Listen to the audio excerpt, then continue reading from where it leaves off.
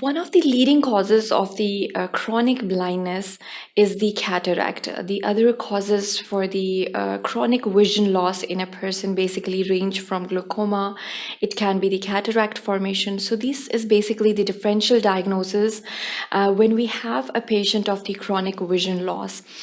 Usually the patient would be giving you a history towards a chronic kind of a vision loss. Again, the history would be of the vision loss that basically started off in the central vision. So this is the mainstay when we have to distinguish or when we have to make a definitive diagnosis of the cataract. Again, depending upon the history, we have to basically look at the age of the person. Usually, this cataract formation or the cataract manifestations, they usually start off in the 7th or in the 8th decade of life. And people in the 8th decade of life usually, mostly almost 80% of the people in their 8th decade of life, they have undergone the cataract surgery either unilaterally or bilaterally. So this is the incidence or this is the prevalence of the cataract formation that we usually encounter. Now again, the clinical examination is very important when we have a patient of a cataract at our hand. There are different methods by which we can manifest depending upon the maturity of the cataract.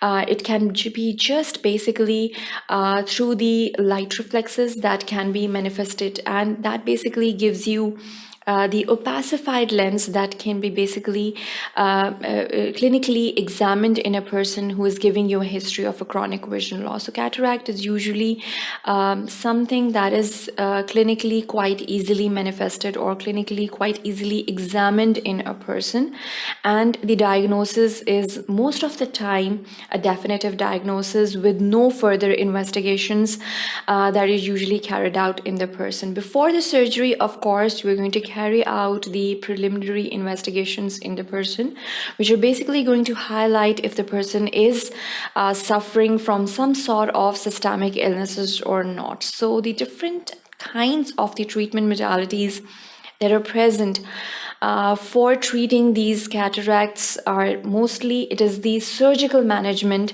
that is given to the patients of the cataracts. The medical management is still under research. If we are able to basically research out these eye drops that can be beneficial for the patients of the cataract. L-carnosine is one of the drugs that is that the researchers are basically using or they're basically implying on the patients of the cataract just to have a better outcome in these patients that can basically self-resolve the cataracts, avoiding the surgeries.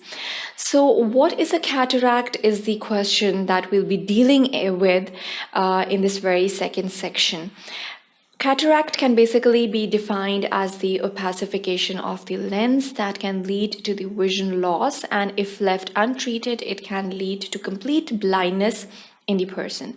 So this is the definition of the cataract that we have to keep in mind when we are diagnosing a person as to be suffering from the cataracts. When we talk about the cataracts, there are the different classifications that we have to undergo or that we have to deal with, ranging from the morphological classifications, and that basically depends upon the structural formations or the structures of the lens that we've already discussed in detail. That basically range from the nucleus, then we have the cortical areas, we have the equatorial areas, we have the lens capsule, and anterior lens capsule can be affected, as well as we have the subcapsular cataracts, the anterior subcapsular cataract, then we have the posterior subcapsular cataract. So these are some of the terminologies that we usually go through when we are dealing with these cataract formations in a person. So the definition again is very important. One should know what are the preliminary findings in a person or in a patient who is suffering from cataract, and then the incidence. As I've already emphasized on the fact that is quite a prevalent disease. In the United States of America, 80% of the people who reach the age of 70, they have undergone the cataract surgeries. So it's quite a prevalent disease, is quite frequently reported and is quite frequently documented. So there's nothing basically hidden regarding the incidence or the prevalence of this disease. Depending upon the causative factors, there is a range of events, or the range of the causative factors are basically present in a person to make the basis for the development of the cataract in a person. The classifications can depend upon the morphological classification on one hand, depending upon the site where we find these opacifications, and on the other hand, we have another classification that depends upon the maturity of the cataract. When we define or when we classify the cataracts depending upon the maturity, it can be an immature, a mature, hypermature, and a Morganian cataract. So these are the different sorts of classifications that we clinically regard to as, or we clinically use these terminologies when we are dealing with a patient, when we are documenting a particular case of cataract. So these are these particular terminologies that we have to use in a patient, and one should be quite known to it. The lens transparency is very important due to the arrangement of its fibers. So we've already discussed the arrangement of the fibers. We have the premature fibers that are basically placed cortically, and then we have the mature fibers that are placed more centrally or towards the nucleus of the lens. So one should be well aware of these placement of the lens as well. The internal structure is very important, and the biochemistry of the lens cells and the lens fibers is again very important over here. Just to know that the transparency that is provided to the lens, and that is basically helping the image formation on the retina. Forming a particular image on the retina and forming a distinct and a clearer image of the retina is the main function of the lens. Basically, in a human eye, we have this biconvex lens that is basically focusing this particular image on the retina of the eye. So if there is anything that is hindering this lens transparency, that is in turn going to hinder the formation of a distinct image on the retina. So in return, it's basically going to hinder the clearer vision in that particular person. The cataraceous lens is when the lens become opaque.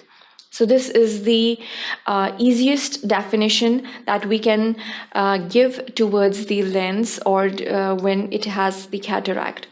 Over here you can see there is this cataract in the right eye. It's quite clear, and it can only be illustrated in a person if we throw some light on the lens. Usually you cannot self-see it when you're looking at yourself in a mirror, so it's not quite a self-manifested until there is this particular light is thrown on the lens.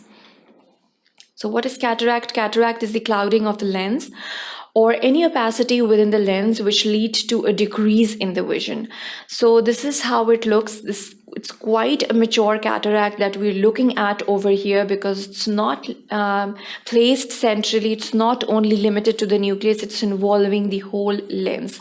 So that is basically going to highlight that it is a mature kind of a cataract rather than an immature kind of a cataract. The clouding of the lens, the different causative factors are present for the clouding of the lens, ranging from the inflammatory, the systemic causes, the traumatic causes, the infectious causes. Then on the other hand, we have the congenital causes depending upon the maternal drugs or the maternal systemic evaluation if it is carried out in the mother. The incidence, if we look at it, the backlog of prevalence is present over here. People in the community who have a cataract and people waiting for the surgery. People who have developed cataract in 1 year, in one eye in the last year, and they're basically prevailing towards the hospital and they're waiting for the surgeries. The cataract surgical rate is the number of the eyes operate on in 1 year per million population, and then people who have successfully received the surgery and the cataracts that have been removed in these people. Incidence of lens opacities in the normal population with aging. So it's quite an age-related process, and it's basically related to the old age group. Causative factors, if we have a look at it, there are the congenital causes, we have the familial causes, and then we have the intrauterine infections. That can be the causative factors over here, and then we have the maternal drug ingestions. So these are some of the factors for the development of the congenital cataract in the person. Over here you can see the prevalent cases of the cataract by gender. It's quite common in the females rather than in the males, depending upon if it's basically not quite a disease that is more common in a female, but some of the studies that have been carried out, they give you a conclusion that the females are more prone to the development of the cataract. Then we have the age-related causes. So when we look at the causes, as I've already emphasized, it's an age-related phenomena, and usually the elderly people are mostly affected by this cataract formation. Then we have the metabolic causes on the other hand. When we look at these metabolic causes, a lot of researches have been carried out. These systemic causes are usually present in the people who have developed cataract at an earlier age. For example, diabetes mellitus, we have hypocalcemia, we have Wilson's disease that is basically related to the copper metabolism, and on the other hand, we have the galactosemia. So these are some of the metabolic causes that can again make the person more prone to the development of the cataract formation. So this is a comparison between a clearer lens and a cloudy lens that basically occurs in cases of the cataract formation. The causative factors can be due to a drug that is used by a person. A lot of drugs are notorious for the development of the cataract, and they're basically ranging from corticosteroids. We have the myotics on the other hand, and while we have the imiodarone and phenothiazines. So these are some of the drugs that have caused cataract in a lot of person. The traumatic and the inflammatory causes that can basically include post-intraocular surgeries, uveitis, or any other accidental trauma even can relate to the cataract formation. So this is basically the causes as well as the causative classification of the cataract. So we can classify cataract depending upon the causative factors as well. It can also be disease associated. For example, Down syndrome, again, we would see that it is basically a kind of a congenital cataract that we usually see. We have the dystrophias, we have the myotonicas that are usually observed. Laus syndrome is one of the syndromes that is again associated with the cataract formation. And then we have the atopic dermatitis. So these are some of the syndromes or the diseases that are associated with the development of the cataract in the pupil. So over here, this is basically a comparison between a normal eye and the cataract eye. It's basically giving you clearer view. A healthy lens would basically allow for all the parts of the retina to receive the image. So over here you can see it's basically a biconvex structure that is located centrally over here, and then we see that's basically forming a distinct image at the back on the retina, and then the optic nerve is carrying basically the image signals. So this is the functioning of the lens in a normal eye, and as a result we have a clearer and a distinct image as seen over here. Over here you can see that it is basically the clouding of the lens has occurred over here, and due to this clouding the light rays are basically scattering on the whole of the retina. So the scattering of the light causes an image that's basically not focused, and it's quite hazy because it's not basically focusing the light on a particular center of the retina. Rather, it's basically scattering the light on the whole of the retina. Although an image is going to be formed, but it's going to be quite blurred, as you can see over here, and it's not going to be quite distinct over here. So this is basically the comparison or the pathophysiology that is occurring due to the opacification of the lens, and how this opacification of the lens is affecting a clearer vision in a person. And why is a distinct image not made in a person who is suffering from cataract? This is the basic pathophysiology behind it.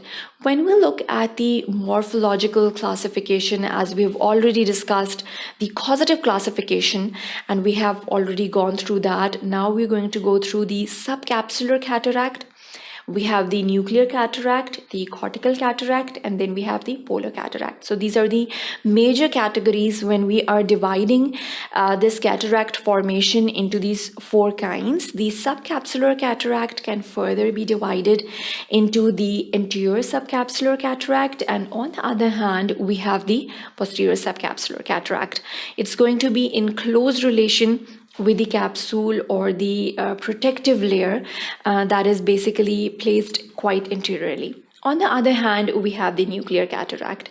The mature fibers, the lens fibers that we've already studied, we gave you an overview that the premature fibers are present more cortically, and the mature or the aging fibers are placed more centrally or towards the nucleus.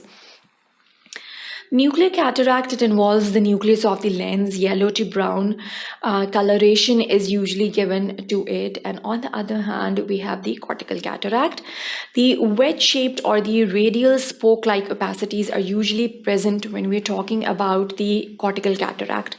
So this is the particular morphology that is seen in the nuclear cataract, and how we can distinguish even clinically that either it's a nuclear cataract or a cortical cataract. A nuclear cataract would give you a brownish discoloration or the yellowish discoloration, and the cortical cataract would be usually wedge-shaped if it is placed equatorially, and the radial spokes are going to be present in it.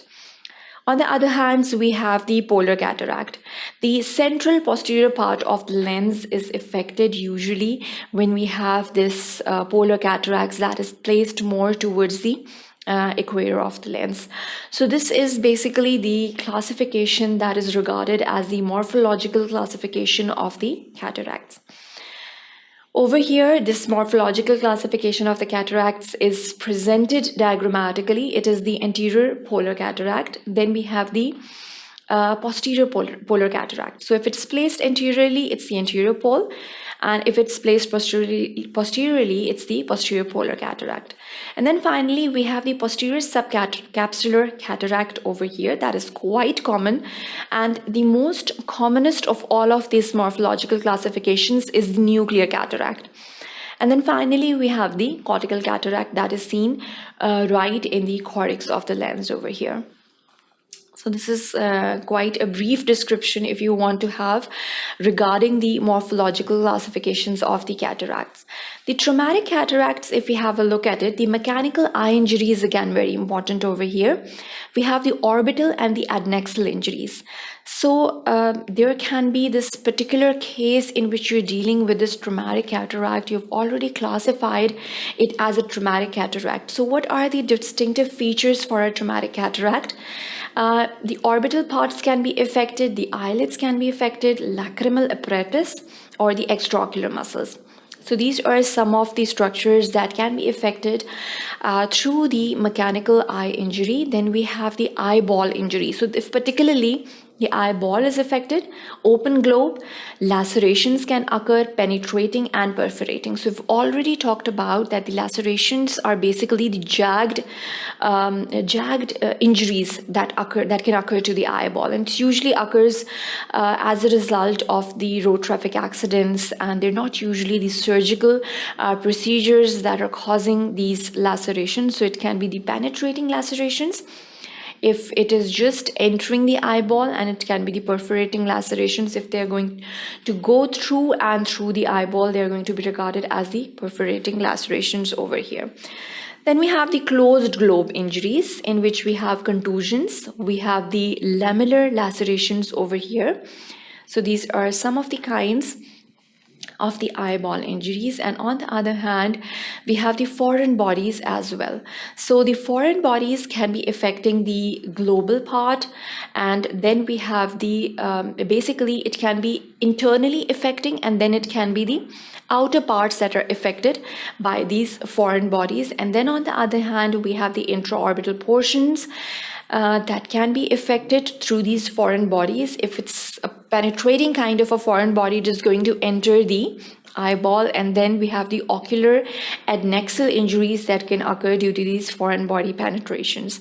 So this is basically the complete classification of the traumatic cataracts. So these are basically, we are dealing with the different kinds of classifications, and these classifications are quite handy when we are dealing with these cases of cataracts, because we can particularly label a particular patient suffering from this particular cataract. So you have to basically pinpoint the causative factors in some cases, and these classifications prove quite helpful over there clinically.